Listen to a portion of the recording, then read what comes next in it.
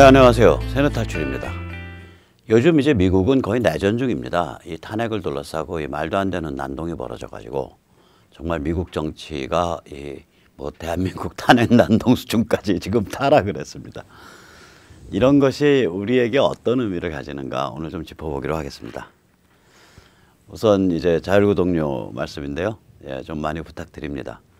제가 이게 100% 노딱이에요. 근데 또 광고는 가끔씩 나가요. 그래서 저는 이 사람들이 무슨 기준으로 광고를 내보내고 안 내보내고 모르겠는데 광고가 나가는데도 상태는 노딱입니다. 돈은 주겠죠. 광고 나가는 것만큼. 그럼 저는 이제 울면서 자율구 동료 동량을 해서 돈을 받는 것도 있고 그 다음에 또 광고 일부 수입도 있고 그래서 아마 논하게 될 것 같습니다. 너무 부러워하지 마십시오. 자, 그건 그렇고요. 이제 흰소리 그만하고요. 좀 오늘 심각한 얘기입니다. 미국이 두 개입니다. 이게 그 자유보수와 PC 극좌파. PC라면 이제 political correctness. 이제 우리가 번역을 정치적 정도 뭐 이렇게 번역하는데 정치적 정도가 아니라 뭐 이렇게 입 바른 소리 좀 하고 무슨 평가를 좀 하면 그 상대방이 우리를 뭐라고 하냐면 너 극우, 너 전쟁광, 너 파쇼, 너 국가주의자. 그 다음에 뭐 야, 그 동성 간의 결혼 어떻게 하냐고 결혼 인정하면 안 돼. 민법상 결혼은. 그러면은 너는 성차별주의자, 너는 젠더 평등을 모르는 자. 그 다음에 이제 예를 들면은 무슨 요새 이제 그런 경우들 있잖아요. 그 특히 종북 친북 애들이 그러는데 딱 이렇게 양쪽에 마주 섰을 때 갑자기 너 어디 만져? 너 어디 만져? 저쪽 편은 맨 앞에 뭐 한 30대에서 한 50대쯤 아주머니가 서 있고 못 가게 막은 상태에서 갈라 그러면 아직 신체 접촉도 없는데 너 어디 만져? 너 어디 만져? 날뛰어요. 그래서 야 저기 성추행범으로 나를 프레이밍하고 있어. 그러면은 너는 이제 말하자면 성차별주의자 이렇게 나오는 거지.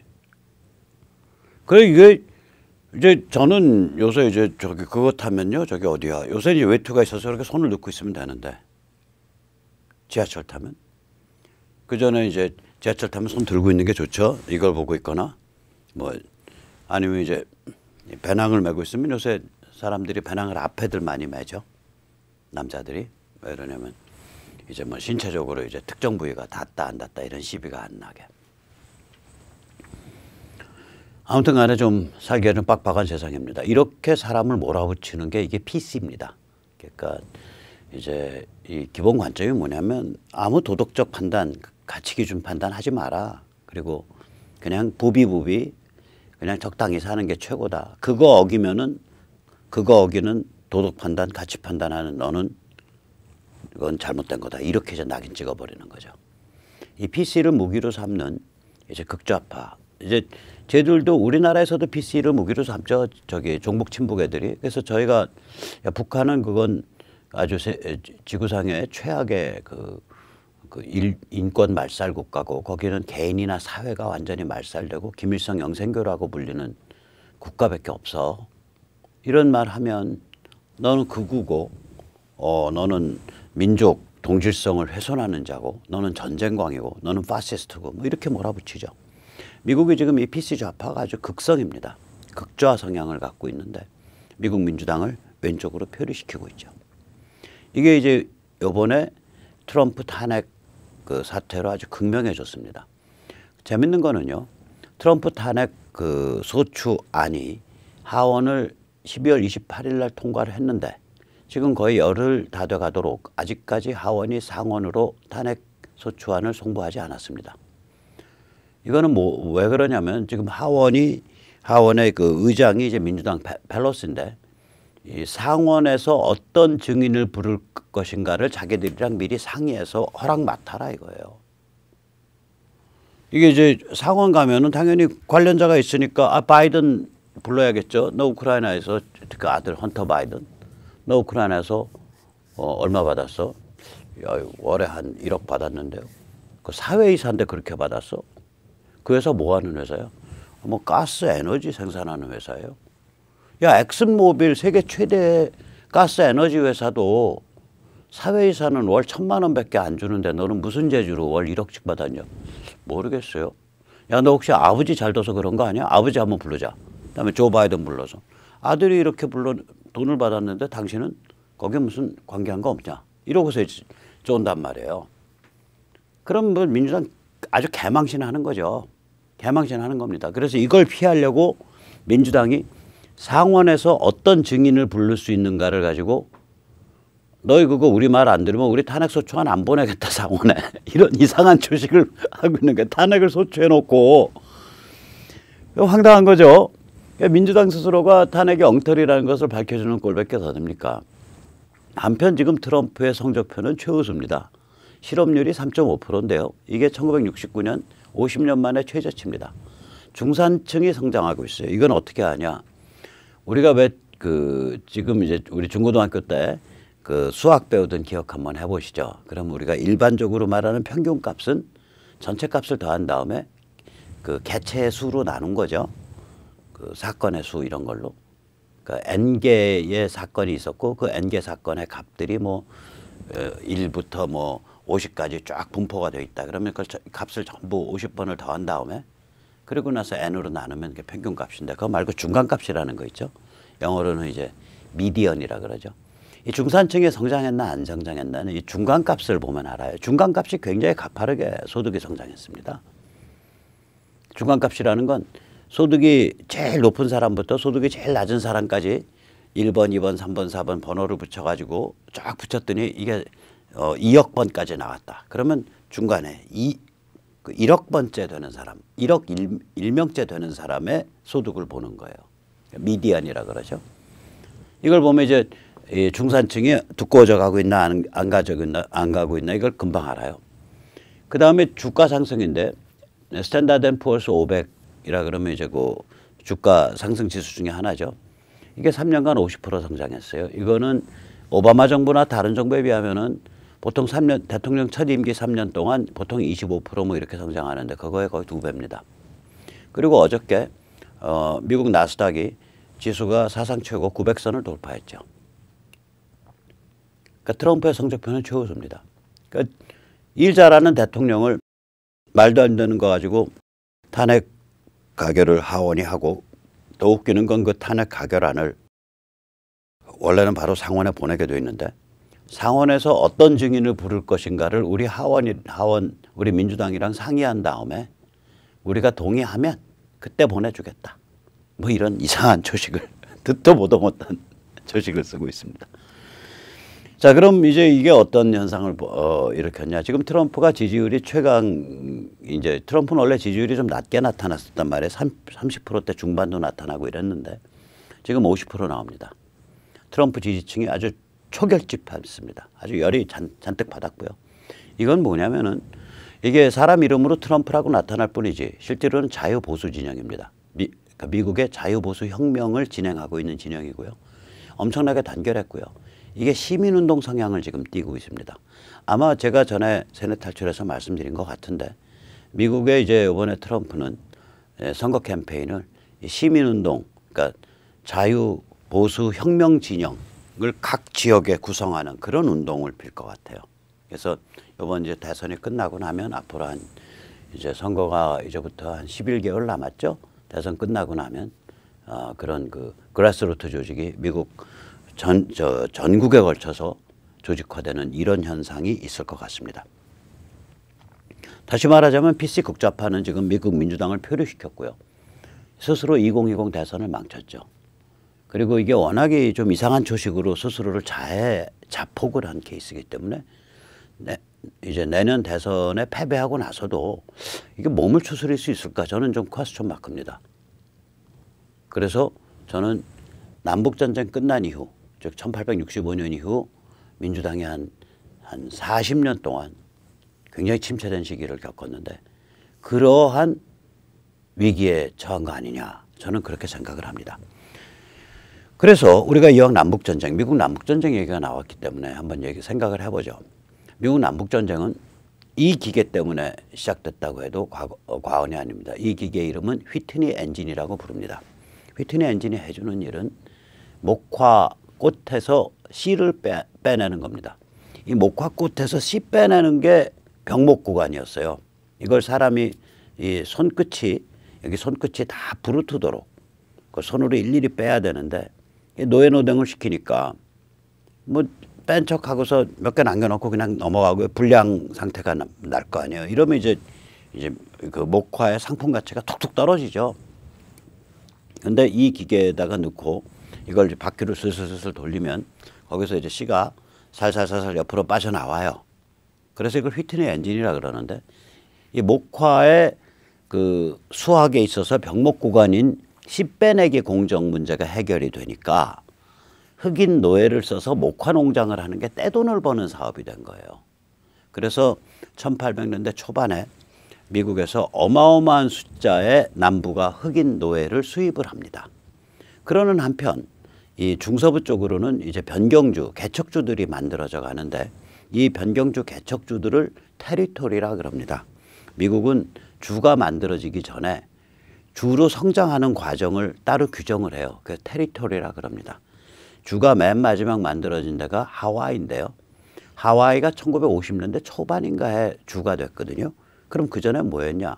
하와이 스테이트가 아니라 하와이 테리토리였습니다. 그럼 하와이 테리토리는 어디에서부터 행정명령을 받았냐? 캘리포니아로부터 행정명령을 받았었습니다.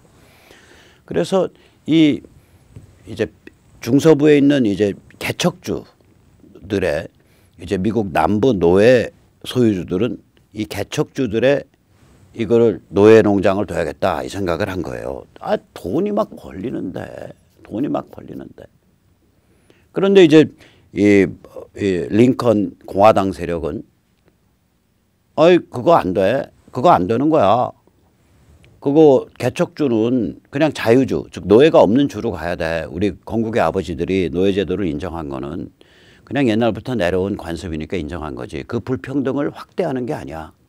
생각해봐. 하나님은 인간을 평등하게 만들었잖아. All men are created equal. 하나님 앞에서 인간의 그게 노예든 자유인이든 인간의 영혼은 다 평등하잖아.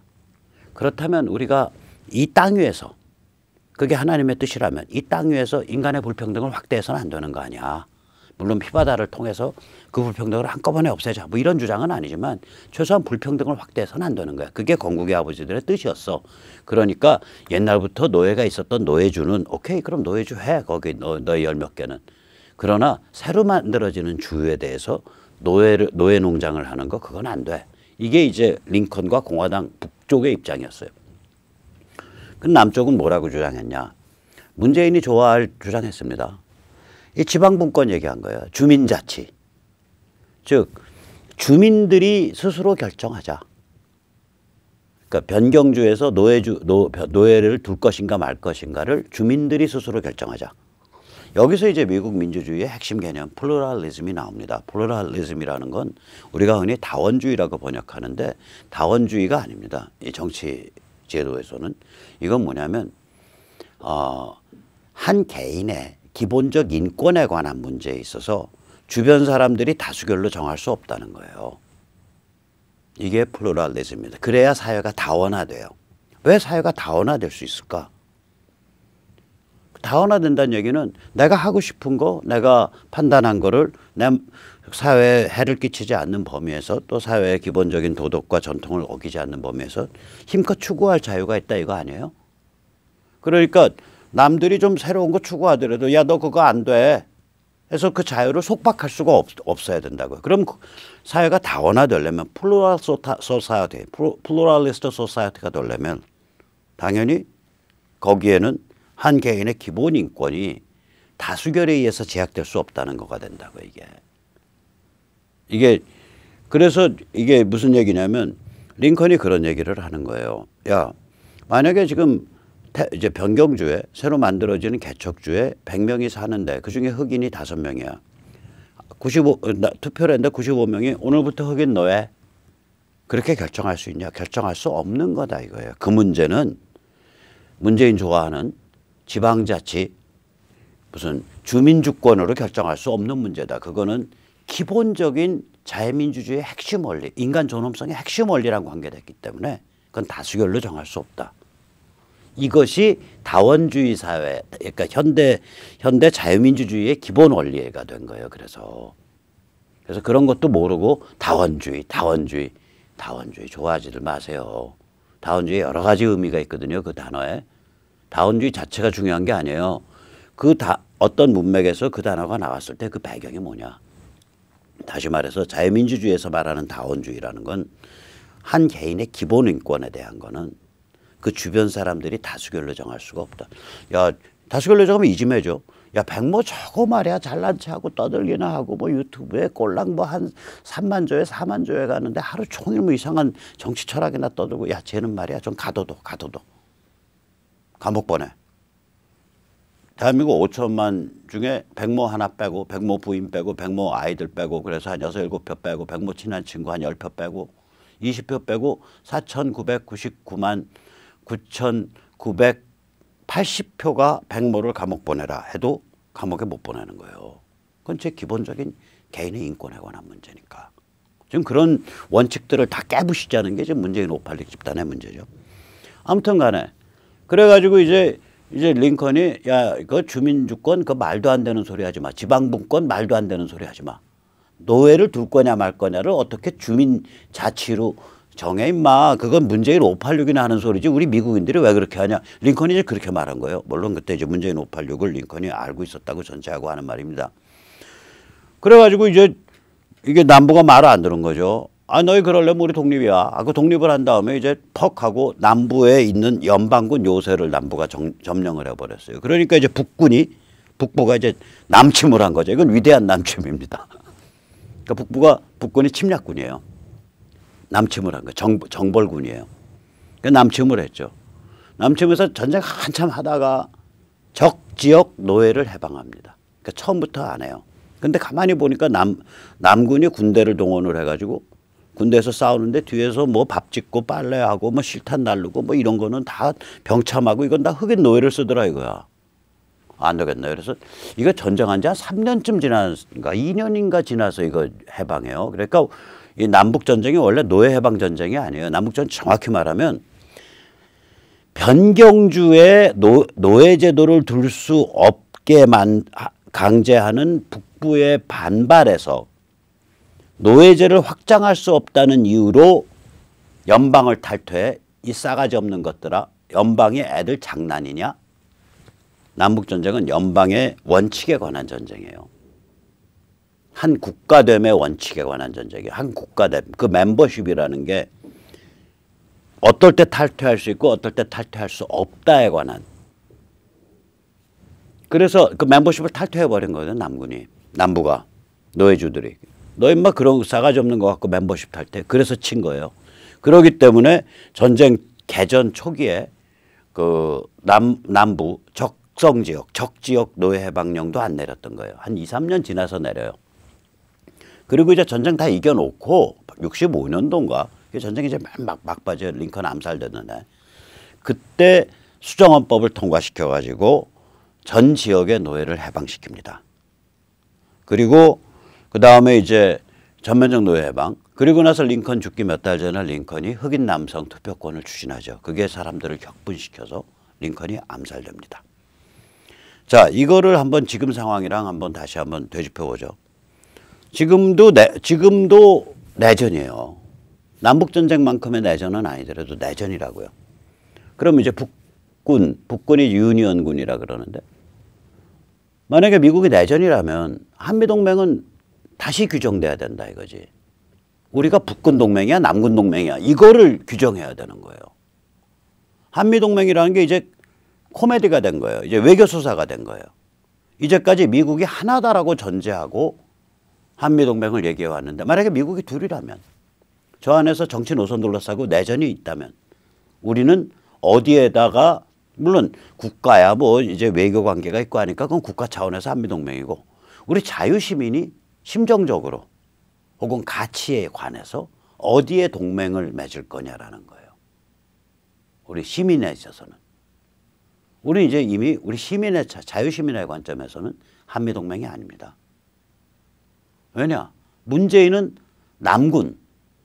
지금의 남군은 이제 친중 글로벌리스트 딥스테이트입니다. 남군의 동맹이에요, 문재인은. 또 짝퉁 보수, 조중동, 김무성, 유승민, 정경련 인맥, 또 트럼프 장사치 운운하는 자들, 이들은 남군 및 북군 반란 세력, 북군 반란 세력은 특히 그 부시 다이내스티, 부시 왕조에 속한 자들이에요. 부시가 아버지도 대통령을 했고 1990년대 이제 초까지 그다음 한 텀 했죠. 아들은 2000년대에 두 텀을 했죠. 그러니까 아버지도 대통령, 아들도 대통령. 그래가지고 그 인맥이 아주 그냥 그 석유나 뭐 이런 기득권, 워싱턴 딥스테이트 중심으로 해서 아주 막강해요. 그래서 이 부시 다이내스티, 부시 왕조에 속한 자들이 겉으로는 공화당인데 이게 북군 반란 세력이에요. 일종의. 공화당 성향인데 겉으로는 북군 반란 세력이라고요. 이 짝퉁 보수는 남군 및 북군 반란 세력에 가까워요. 그러니까 트럼프는 장사치고 그 트럼프의 그 경망스러운 행태는 원래는 공화당 원로, 보수 원로에 의해서 제어돼야 되는데 그 제어가 안 돼서 저게 완전히 대형 사고가 나고 뭐 이따구 소리를 하고 있죠. 이따구 소리를. 조선일보부터 나서서 그리고 유명 뭐 유튜버들 나서서 어른들의 말을 안 듣고 뭐 아이고 세상에 참. 그래서 이 문재인이 남군 동맹이다. 그 다음에 짝퉁 보수 역시 남군 내지 북군 반란자들의 동맹이다. 그럼 우리 자유시민은 뭐냐? 이거는 북군, 즉 다시 말해서 미국의 현재 자유보수 혁명진영과 동맹을 맺어야 된다. 이게 오늘 드리는 말씀입니다.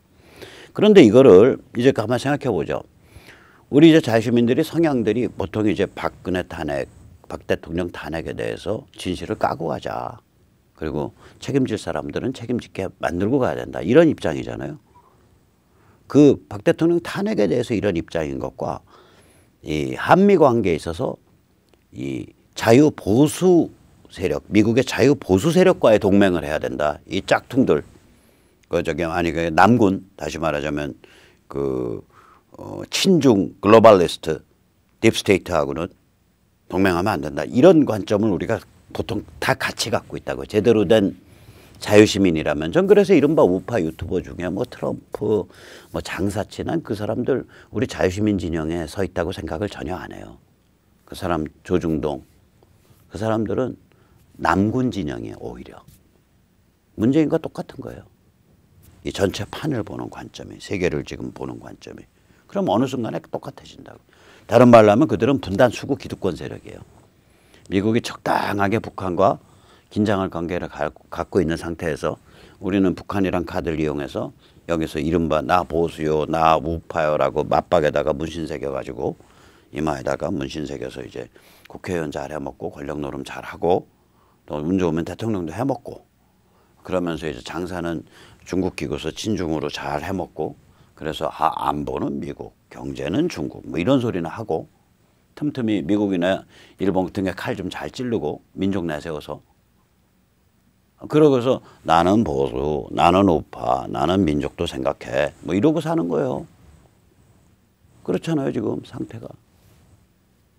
그래서 그런 자들은 우리가 짝퉁 보수라고 불러야 된다. 짝퉁 우파다. 진정한 자유시민이라면 우리는 미국을 볼 때 미국이 내전 중이라고 봐야 되고 미국의 그 트럼프가 지금은 이끌고 있는데 트럼프 하나에 끝나는 일이 아니거든요. 미국의 이 자유보수 혁명 진영하고 동맹을 맺어야 된다. 그게 저의 얘기고요. 이게 이제 이 미국의 자유보수 혁명 진영에 대한 우리의 친화감, 우리의 동지적 유대감 이것과 박 대통령 탄핵에 대해서 우리가 잘 밝히고 넘어가야 된다는 게 이게 궁합이 잘 맞아요. 이 궁합이 잘 맞는다는 걸 우리가 파고들어야 박 대통령 하루라도 이제 빨리 꺼낼 수가 있어요. 왜냐? 박 대통령 뒤에 미국을 세워야 됩니다. 뒤에 미국을 세워야 돼요. 그러려면 왜 지금 미국을 이끌어가고 있는 너희 자유보수 혁명 세력과 박 대통령 이 사이가 궁합이 잘 맞는 궁합이야 라고 저희가 그 사람들한테 얘기를 할 수 있어야 돼요. 오늘 그걸 한번 짚어보자고요. 자, 박 대통령은 이제 2016년 11월부터 탄핵 프레임에 갇혔죠. 그럼 박 대통령은 이제 2010년 11월까지는 미국 남군이 지배하는 상태잖아요. 법률적으로는 2017년 1월까지 남군 지배 상태죠. 오바마 정권이죠. 그래서 저는 박 대통령 탄핵은 남군, 즉 다시 말해서 친중 글로벌리스트 딥스테이트의 묵인 방조 아래 이루어졌다고 봅니다. 이거 왜 그렇게 보냐. 우선 산술적으로 따져보죠. 미 국무성은 직업 외교관만 12,000명쯤 돼요. 우리 외교관 수의 한 20배 됩니다. 그럼 제가 뭐 그런 데이터는 없지만 한국에 들어와 있는 미국 국무성 직업 외교관이 숫자가 얼마일까? 100명은 넘을 거예요. 저기 미 대사관 핵심 직원들 관저 있잖아요. 저기 어디야 저기 안국동 넘어가는 길 왼쪽. 거기에 집이 안 들어서 있어도 거기 위에 올라가서 한번 내려다 봐야 되는데 저쪽 아마 옛날 그 한국일보 자리에서 요즘 그 빌딩 맨 위층 스카이 라운지 가면 내려다 보일 건데 집이 거기 줄 잡아도 한 7, 80채는 있어요. 그러면은 그 집에 안 사는 사람들도 많을 거라고요. 그럼 최소 100명 이상이 한국에 주재하고 있다는 소리야. 근데 미 국무성 통계를 보면요. 현지인 채용이 직업 외교관, 주재 직업 외교관의 3, 4배가 됩니다. 그럼 최소한 300~400명의 한국인이 미 국무성 직원으로 채용돼 있는 거예요. 지금 서울 현지에서 한국 안에서. 그다음 또 비공식적인 라인들이 있을 거라고요. 이건 무슨 얘기냐면 미 국무성이 한국 정치 상황을 손금 보듯이 모니터링하고 있을 거다 이거예요. 물론 굉장히 미묘하게 작동합니다. 왜냐하면 이게 그 무슨 자기 내부의 메모로도 안 남아야 되고요. 미국은 다 메모 문화니까 만나서 뭐 박 대통령 좀 문제 있지 않아요? 뭐 저는 이게 개인적 의견이란 전제로 말씀드리는 겁니다만은 This is purely my personal opinion. 전 순전히 이건 개인적 오피니언인데 박 대통령에 의해서 이 한반도 상황이 굉장히 불안정하게 되는 것 같아요. 이러면서 한국 지도층이랑 얘기를 해버리는 거거든요. 뭐 예를 들어서 어느 언론사의 홍 회장을 만났다, 어느 회사의 피 회장을 만났다 이랬을 때, 혹은 모 정당의 김무 머시기를 만났다, 모 정당의 유승 머시기를 만났다 했을 때 이렇게 얘기를 해버리는 거예요.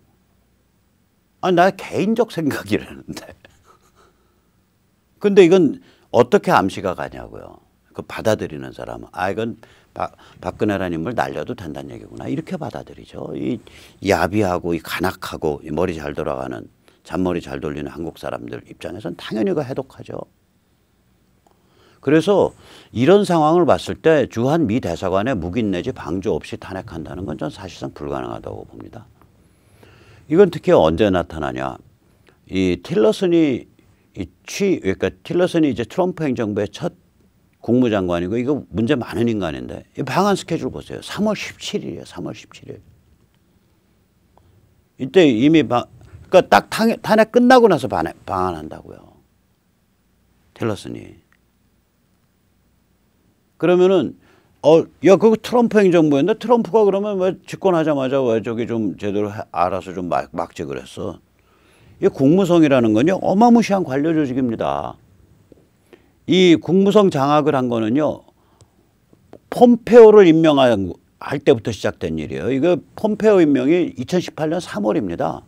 틸러슨이 그냥 사고치고 돌아다니는 거 14개월 동안 어떻게 해볼 도리가 없었어요. 국무성 그 PC 좌파들하고 손잡고 틸러슨이 사고치는 거. 얼마나 골을 썩은 게 나타나냐면 트럼프 행정부가 골싸매고 이거 한국 상황 어떻게 풀어야지 이게 답이 안 나와갖고 해리 해리스를 대사로 지명한 게 2018년 5월입니다. 그러니까 17개월 동안 주한 미 대사가 없고 주한 미 대사 대리가 있었어요. 그건 또 국무성 관료예요. 그리고 앤드류 킴이라고 있죠. CIA의 그 코리아 미션 센터, 한국 미션 센터 책임자. 이 사람을 해임한 게 2019년 1월입니다. 그러니까 하노이 회담 직전에 해임해요. 그리고 그 이스트 아시아 앤 패시픽 담당 그 차관보, 그러니까 동아태 담당 차관보 데이비드 슈틸렐을 임명을 한 게 이 사람이 공군 준장 출신의 그 군사전략, 군사정보 전문가인데 원래 이 자리에 제대로 된 이런 류의 군인은 옛날에 군인 한 명 있었는데 그 군인은 거의 외교관 군인이었고요. 처음이에요. 아미티즈인가 뭔가 그 외교관 군인 하나 있어요. 이렇게 말고 진짜 오리지널 이런 그 브레인 군인이 임명된 거는 처음 있는 일이에요. 이 자리가 만들어진 지 한 6, 70년 되는데 데이비드 슈틸러 임명한 게 2019년 6월입니다. 그리고 미국 그 대북 특별 대표 스페셜 레프레젠터티브 이 스티븐 비건을 수석 부장관, 즉 폼페오가 앞으로 출마하게 되면 상원에 출마하게 되면 스티븐 비건이 이제 국무성 이제 그 장관 대리를 하죠. 그러다가 아마도 국무성 장관 될 가능성이 커요. 그 스티븐 비건 같은 사람은 좀 무시무시한 사람이거든요. 젊었을 때 러시아와 동구에 있으면서 소련 및 동구 공산권의 해체랑 관계됐던 사람이에요. 저 사람은. 스티븐 비건 같은 사람이 2019년 10월에야 이제 국무성의 수석 부장관. 그 뭐더라? 부장관이 언더 세크레터리가 있고요. 데피티 세크레터리일 거예요. 데피티 세크레터리는 한 명이고요. 언더 세크레터리는 6명인가 숫자가 많아요. 지금 이런 상태거든요, 이게. 그 부장관이죠, 부장관. 딱 한 명이에요. 국무성 2인자가 된 거예요.